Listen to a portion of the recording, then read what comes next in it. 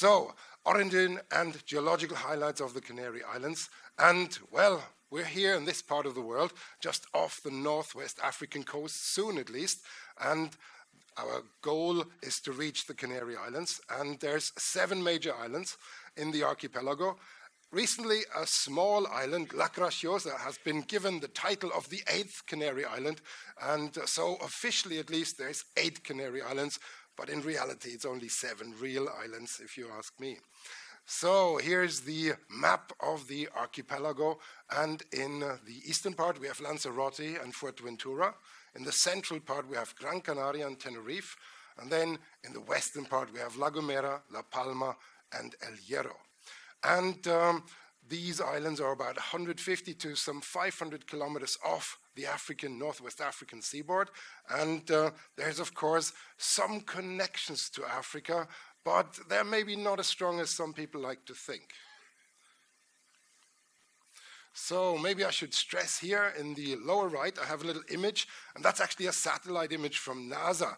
And it's not particularly visible, but just about here you see the North African coast, and here's the Canary Islands. And you see this huge dust plume coming from the African coast. So quite frequently we have these dust storms.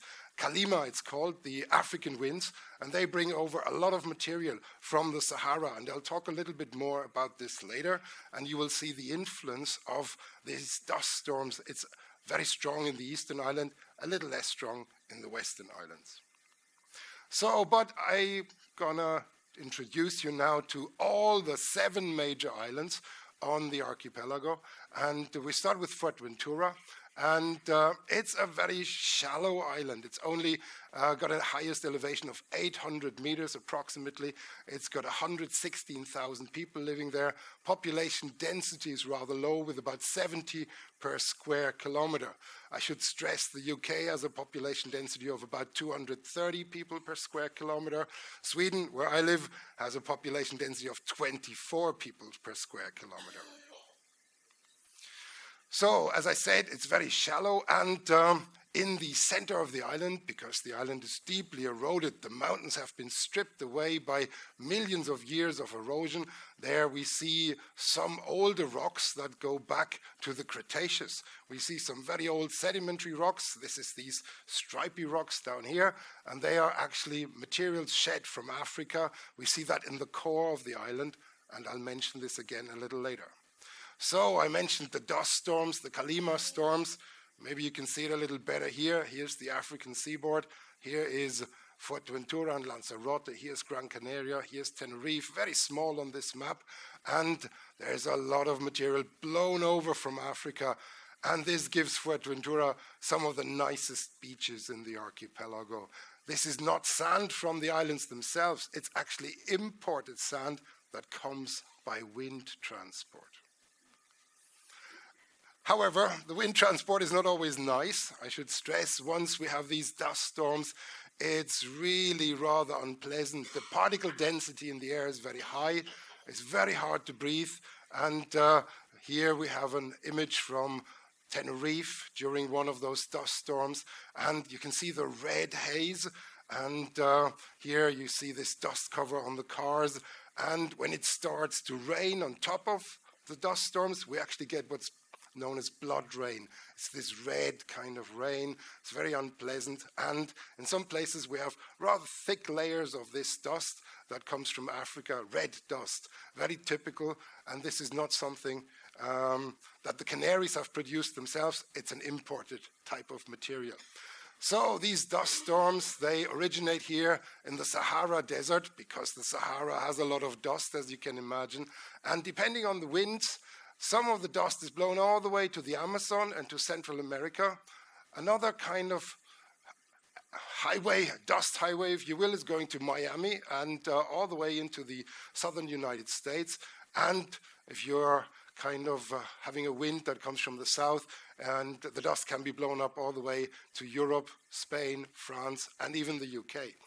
And I don't want you to focus too much on the details, but I have a little article coming up just now, and in there I analyzed the minerals in the dust, and The main mineral in the dust is actually clay mineral, tiny little flakes of platy material, and they're transported very easily because they are so platy, and this is the main mineral fraction. And there's a bit of quartz in there as well, a very untypical mineral for the Canary Islands, but very common in the Sahara.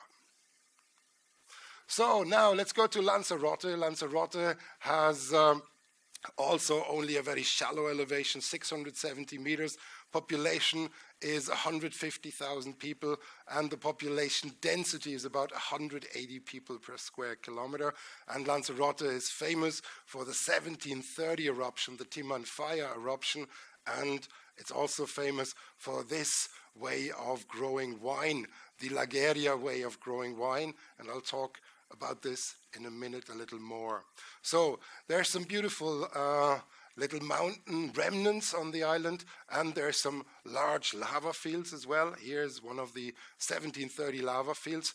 There's still an active salina where salt is made in an old volcanic crater where water is allowed in, and then it's shut off, and then the water will evaporate, creating salt. And nowadays we mine salt in different places, but up to about 100 years, this was a very common way of making salt, and the salinas on Lanzarote have been very famous for making a lot of salt for the Spanish Empire. So the way of growing wine, well, there's this intriguing story. I'll talk more in a different lecture about this. In 1730, a big eruption occurred on the island, and most of the people were evacuated from the island because of the unpleasant eruption. And the King of Spain sent Bishop Davila to observe the phenomena. And the bishop came and he looked at the eruption and he looked at the socioeconomic disaster, but he noted something intriguing. He noted that wherever volcanic ash is on the fields and it's very thick, all the plants will die. But when the volcanic ash is very thin, the plants will actually sprout and they will flower. And so he recommended that a lot of volcanic ash is used for the fields. And after the eruption, people have cultivated these areas where volcanic ash is spread out, and they built little walls to protect the wine against the wind, and therefore they can actually cultivate a rather barren and rather dry island. And this has been very successful. And within 50 years after the eruption, the population on Lanzarote had actually doubled because of all the crops that could be grown as a result of that. So the Timanfaya National Park, the 1730 eruption, well, as you can see, this is a wasteland, so to speak, a mal país, as the Spanish call it. And here, nothing really grows unless you really put effort in. And another important feature of Lanzarote is Cesar Manrique, a local artist, and he made many sculptures, but he also tried to integrate art and architecture with a landscape. And if you have an opportunity, I would recommend try to look at some of his work. So he used lava tunnels, for example, like up here, and he created swimming pools in there. Or this rather famous artwork where he simulated lava intruding into a window, and it's quite famous. So now, Gran Canaria, we will not go there on our trip, but it's one of the larger islands, and it's a little taller as well, almost 2,000 meters, and it's got a population of 850,000 with 545 people per square kilometer. That's double the population density to the United Kingdom. And the geological history of the island is rather varied. We have a lot of young volcanics, meaning over the last few thousand years. They are in green, and they all occur in the northeast of the island. And then we have much older rocks here, the pink and blue colors. They occur in the southwest of the island, and they go back to 14 million years. So the other intriguing aspect is the north is very lush and very green. There's a lot of vegetation, and the south is really desert-like. So here we get some impressions. This is from the southern part of the island. It's very mountainous and desert-like, and in the north, Las Palmas, the capital, there everything is a lot more lush. And here we have a little volcano, and this is in the northwest of the island, and the local people on Gran Canaria call it Little Teide because it's got the shape of Teide volcano on Tenerife, which is the tallest of all volcanoes in the archipelago. A famous place on Gran Canaria is the Roque Nublo monolith. This was worshipped by the Aboriginal population, the Guanches, and this is an erosional remnant sticking up, standing proud in the center of the island, and this is one of the highest points of elevation on the island of Gran Canaria. The Aboriginal people that lived on the island, they left a lot of time documents in particularly Gran Canaria and Tenerife, and there are several places. There's an old hill fort here where the Guanche people tried to defend their way of life against the Spaniards with some initial success, but ultimately they could not prevail. And there are several settlements that have been preserved, and here's an ancient grain store that was used by the Guanche people. It's all dug into volcanic rock, and here's some carvings, some rock carvings that are believed to have or had some ritual meaning at the time, but we don't quite understand the meaning these days any longer. So there's a lot of caves that have been used by the Aboriginal people, and in those a lot of pottery has been found and ancient tools. And on Gran Canaria, the civilization of the Guanches was most highly developed with little kingdoms and quite a sophisticated society prior to the arrival of the Spaniards. But all of this civilization collapsed after the Spanish conquerors arrived, and within only a few decades there was very little left of the Guanche civilization. Now, Tenerife, we will go to Tenerife, which is the highest, or has the highest elevation in the archipelago, with 3,718 meters above sea level. That's Teide volcano, and it's got a population of 917,000 people. It's the largest population of all the islands, and it's got a population density of 444 people per square kilometer. And Teide volcano, because it's so tall, it's been a very important navigational landmark. And this is an old Dutch drawing going back to the 16th century. And here we see Teide's peak standing out above the clouds. And this has been very useful for sailors coming down from Europe along the African coast, because it was visible so widely, and therefore it was a very useful landmark. There has been a lot of scientific discoveries on Tenerife, and this is an old drawing from the year 1799, and it shows the eruption of 1798. And here we have Teide volcano in one of the earliest touristic postcards, and the big Orotava landslide valley over which Teide is towering. So here's a few impressions. You see Teide volcano above the clouds, above the sea of clouds, as Humboldt called it. And Teide is quite an impressive mountain, also the tallest mountain in all of Spain, and it sits right here in the center of the island. So this is Teide National Park. It's one of the most popular national parks in all of Europe, with over 4 million visitors a year, and it's got a rather magnificent landscape. If you have a chance, I really recommend you go there. There's also a cable car that takes you up Teide, so you can actually go up there with a Swiss-built cable car, and it brings you up to an elevation of about 3,500 meters. The last final bit you have to go on foot, but you need a permit for that, I warn you. But it's free to go up to this elevation here, the little plateau. There is one particular feature. This is the most photographed rock in all of Tenerife. It's called the Tree of Rock, and it's, again, an erosional remnant. You see the layers of the rock layers here, and it's got a very thin bottom part and a thicker upper part. It's because the rocks up here are a little harder, and the rocks down there a little softer, so the soft ones erode preferentially.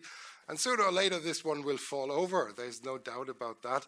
But until then, it's a feature that almost every tourist on the island takes a photo of, and that makes it the most photographed rock unit on all of Tenerife. This is the Las Cañadas caldera in which Teide volcano sits. You can see the caldera wall here. And just very faintly in the background here, you see Gran Canaria Island. And there's a big scientific controversy about how this caldera formed. Different ideas out there, and if you're interested, I'm more than happy to discuss them with you. And inside this caldera, this collapsed structure, either vertically or laterally, that's what the debate is about, there's this new volcano, Teide volcano, sitting right in the center of it. And as I said, you can take a cable car all the way up from the bottom of the caldera to almost the peak of Teide volcano. Now, the summit of Teide is rather magnificent. You have a little bit of sulfur and a little bit of fumarole activity there. So it is an active volcano, but it has not erupted in 1,200 years. So Teide is believed to be slumbering quietly, and we have little indication that it will wake up. There has been eruptions on Tenerife, and I'll talk about this later, but they were all on the flanks of the island and not so much in the center. La Gomera, very briefly, it's one of the smaller islands. The highest elevation is about 1,500 meters. Population density is really low, 58 people per square kilometer. And it did not have any volcanic activity in 4 million years. So it's believed to be volcanically extinct. And that means erosion takes over and makes a lot of deep valleys. And in these valleys, we see a lot of steep mountains, and we have these spines of felsic rock, and that means light-colored rock. They stick out. These are the famous roques of La Gomera, and some of them have these beautiful columnar joints, a bit like the Giant's Causeway in Northern Ireland.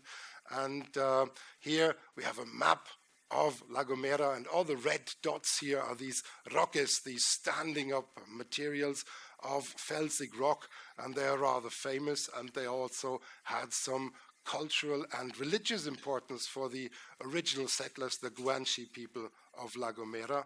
And here we have some of these wonderful columnar joints for which La Gomera is also famous.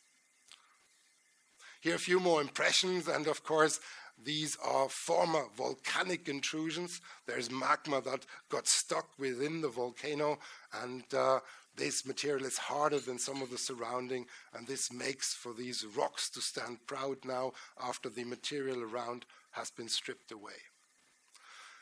El Hierro,